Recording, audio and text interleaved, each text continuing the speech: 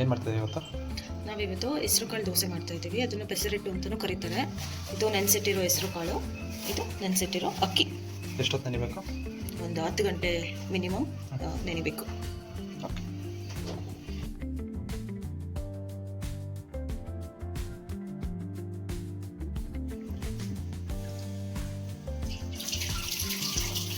ಇದು 3:1 ರೇಷನಲ್ಲಿ ನೆನೆ ಹಾಕೋಬೇಕು. ನಿಮಗೆ ಎಷ್ಟು ಖಾರ ಬೇಕು ಅದಕ್ಕೆ ತಕ್ಕನಾಗಿ ಹಸಿಮೆಣಸಿನ್ಕಾಯಿ ಹಾಕೊಳ್ಳಿ, ಮತ್ತು ಶುಂಠಿ,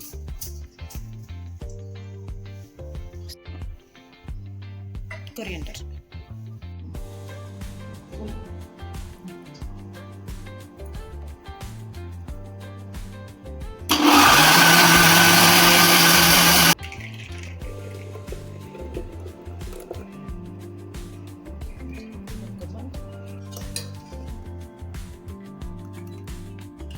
ಇದು ಗ್ರೇಟ್ ಮಾಡಿರೋ ಕ್ಯಾರೆಟು ಆಪ್ಷನಲ್ಲು, ಬೇಕು ಅಂದರೆ ಮಾತ್ರ ಹಾಕೊಳ್ಳಿ.